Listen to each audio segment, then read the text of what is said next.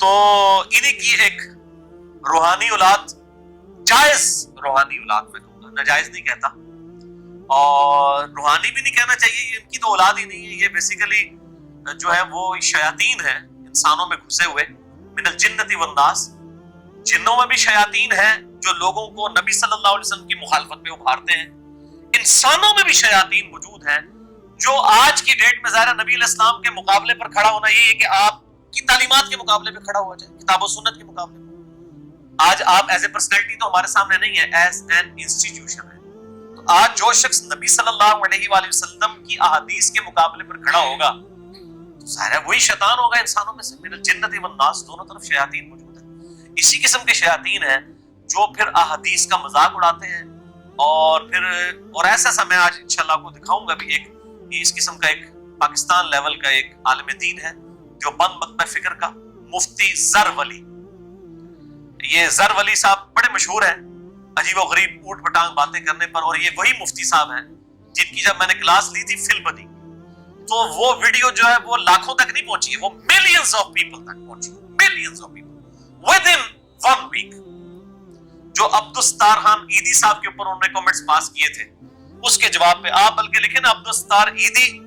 مفتی زر ولی اور انجینئر محمد علی مرزا، یا وہ عبدالستار عیدی یا مفتی زر ولی لکھیں تو نال انجینئر صاحب پہلے ہی کھل جان گے، کیونکہ وہ کلپ بھی کتنے لوگوں نے دیکھا ہوا ہے یوٹیوب کے اوپر، پھر اور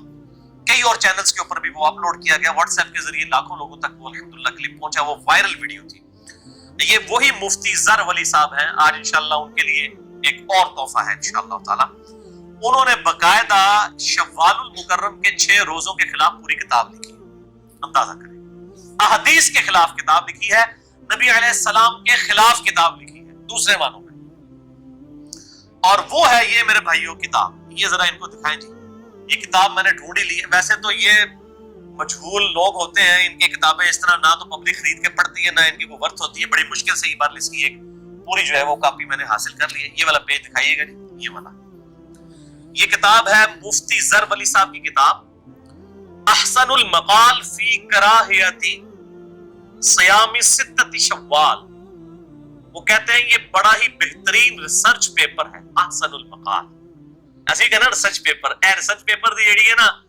سمجھو عربی، احسن المقال، بڑی ہی اچھا مقالہ ہے، یہ ریسرچ پیپر ہے، چنگا کام کیتا ہے، فی کراہیت صیام 6 شوال، اس کراہت کے اوپر کہ شوال کے 6 روزے رکھنا یہ مکروہ ہے۔ اے جناب ریسرچ پیپر لکھا ہے، احادیث کے خلاف ریسرچ پیپر لکھا ہے، اور کہتے ہیں جی یہ بڑا اچھا ریسرچ پیپر ہے، اور اس ریسرچ پیپر کی جو ٹیکنیکل ڈسکشن ہے اوٹ پٹانگ قسم کی، اس میں 3 گھنٹے بول سکتا ہوں، لیکن ٹائم نہیں ہے، آلریڈی میرے شیخ نے، میرے